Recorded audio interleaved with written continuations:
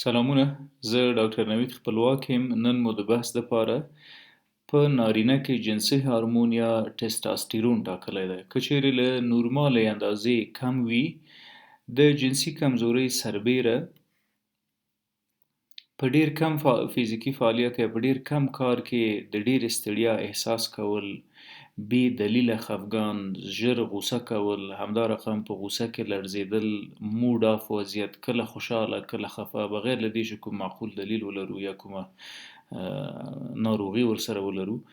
هر وخت د ولږې احساس او د ولږې په وړاندې بې طاقتي او نه برداشت کول، همدارقم د اعصابو کمزوري، درس نه زده کول، فوکس نه کول، هر وخت د کمزورۍ احساس، لټي او د عضلاتو دردونه. دا ټول هغه څه دي چې د ټسټاسټیرون یا د جنسي هارمون په کمبود کې منځته راځي. ډېری لوستي په دې باور دي چې د جنسي هارمون کمبود یوازې جنسي کمزوري منځته راوستلی شي، چې دا یو غلطه ارزیابي ده. جنسي هارمون په نارینه‌وو کې د ټسټیکل یا د خصیتینو په واسطه یا د هګیو په واسطه او د پروستات د غدې په واسطه تولیدېږي. که څه هم ټسټاسټیرون ته د مردانه هارمون اطلاق کیږي، ولی په ښځمنو کې هم موجود ده. په ښځمنو کې د اووریز یا د تخمو په واسطه یا د ارګانونو په واسطه تولیدېږي اووریز، ولی په نارینه‌وو کې مقدار 7 برابره کم ده. یعنی وبخښئ، په نارینه‌وو کې مقدار 7 برابره د ښځمنو نه زیات ده. یو نارینه تقریبا 8 برابره او له هغې زیات ټسټاسټیرون له ښځمنو نه لري. ښه، په ښځمنو کې د اووریز یا د تخمو په واسطه تولیدېږي. په نارینه‌وو کې د خصیتین یا د هګیو په واسطه تولیدېږي. اساسي وظایف یې زموږ په وجود کې څه دي؟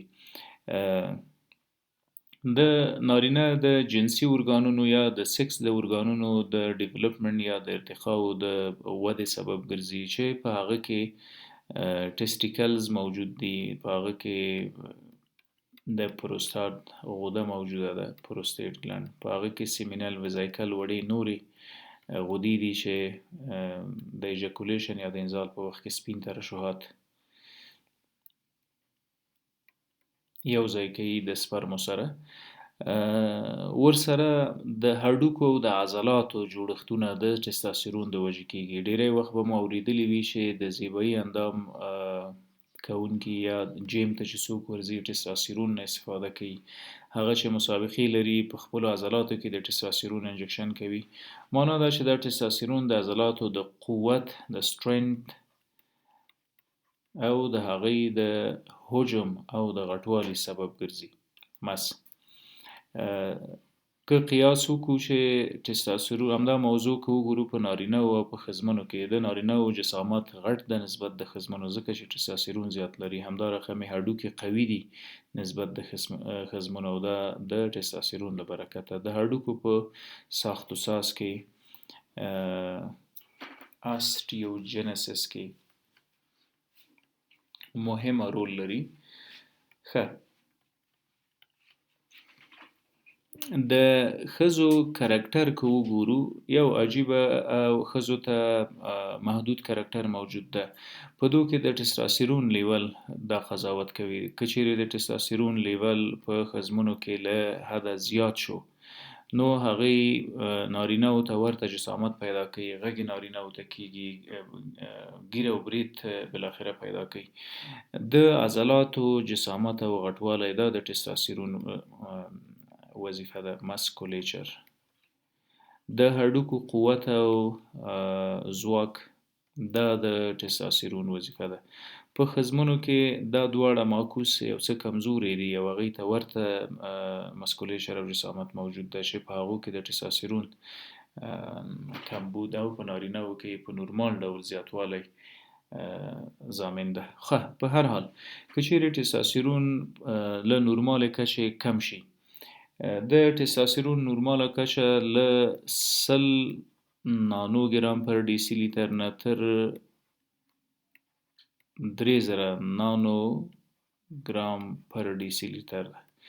دا یې نورماله کچه ده. که چیرې له دې کمیږي نو هرومرو به د جنسي کمزورۍ ښکار ګرځو. دغه جنسي کمزوري اریکټایل ډسفنکشن یا د نعوز اختلال یا د تناسلي آلې نه شخېدل او نه جګېدل.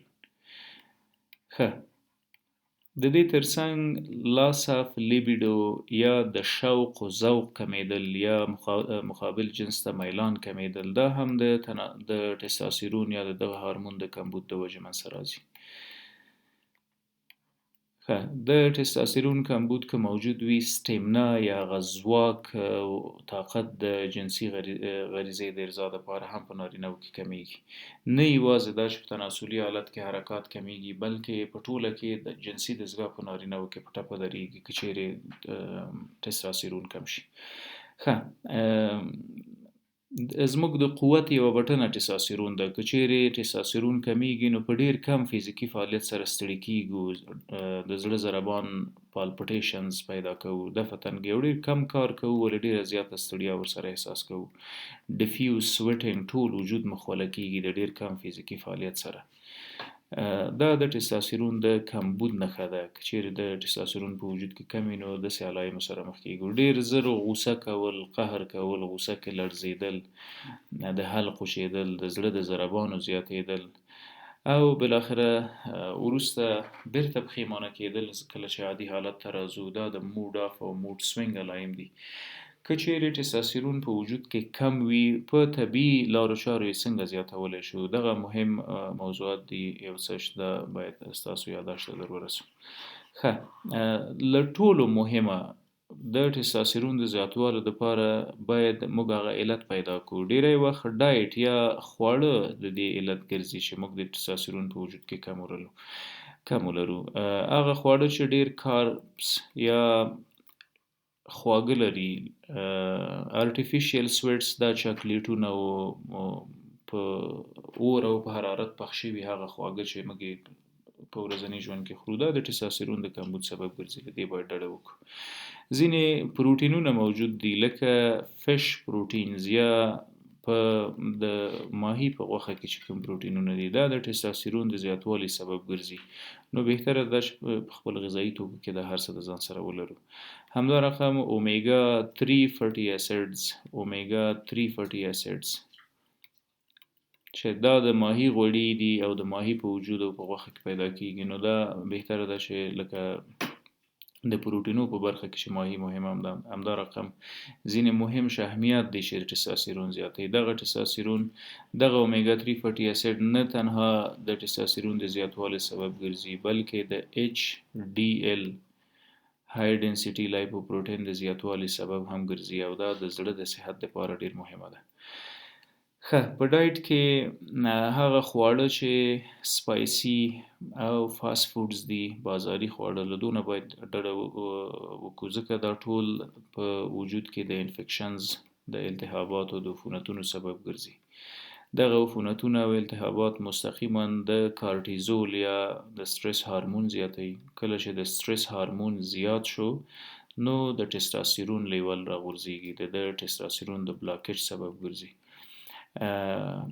بهتره ده چې له دغه شیانو پرهیز وکړو ترڅو خپل د جنسي هارمون مراقبت مو کړی وي. که خواږه ډیر خورو مثلا چاکلیټ، کاکاو، د ارټیفیشل سویټس چې ورته وایي، دا بالاخره کوي چې د ټستوستیرون لیول کموي. څنګه یې کموي؟ په وجود کې د انسولین هارمون زیاتوي. انسولین د خواږو مقدار کنټرولوي. کله چې زیات خواږه وخورو نو زیات انسولین تولیدېږي. کله چې زیات انسولین تولید شو د ټستوستیرون لیول راکموي. نو بهتره ده دغه خوړو نه استفاده ونه کړو. د ډایټ ترڅنګ ځینې سپلمنټس موجود دي، مثلا زنک سپلمنټ. زنک بیشتر د ټابلیټ او کپسول په شکل کې پیدا کیږي. همدارقم د ال ارجنین په نامه امینو اسید، د پروټین د ارجنین چې دا هم د کپسول او ټابلیټ په شکل پیدا کیږي. دوی ډیر مهمه دي چې د ټستوستیرون لیول په لوړ کړو. همدارقم نچرل ټستوستیرون بوسترز هم همدا دي. ورسره هغه څه چې موږ یې کولی شو د اکسرسایز یا د ورزش کول دي که په ورځني ژوند کې ورځنیو ناندریو کې حد اقل موږ 20 منټه ورزش وکړو دا ورزش که سمپل رننګ وي یا منډه وهل وي نو په حقیقت کې د سټرس هارمون د کموالي سبب ګرځي کارټیزول کمیږي کله چې کارټیزول کم شو اتومات زمینه مساعد کیږي د انابولیک سټیرايډز یا ټستوستيرون هورمون ته چې د سرټلای او لیډنګ سیلز یا هغه دوه حجرې چې په خوسیو یا په هګیو کې موجود دي د هغو له خوا ترشح شي او وینې جریان ته راننوځي او دغه خستګي او کسالت او ستړیا او د هډوکو دردونه او مړ پړ وضعیت دا ټول بل اخره په برطرف کو نو اکسرسایز یا ورزش کول مهمه ده همدا رقم سټرس فری لایف چې هغه متاسفانه زموږ په وطن کې ډیر کم لیدل کیږي سټرس فری لایف له قهر او غصې او له تشویش او له اضطراب او له سټرس او عصبانیت لري ژوند چې دا یو ډیر ښه اقتصاد ته ضرورت لري او پرمختللي او آباد وطن ته ضرورت لري چې متاسفانه موږ لا په دې درشل کې یو چې آباد او پرمختللی وطن ولرو په هر حال انټي ډیپریسنټ انټي سټرس میډیکیشنز دا موجود دي لا کولای شو که څوک په رواني ستونزو مبتلا وي چې د هغو معالجه وشي ډیری انسانان قهر غوسه تشویش اضطراب لري او کلونه د سایکیاټریست او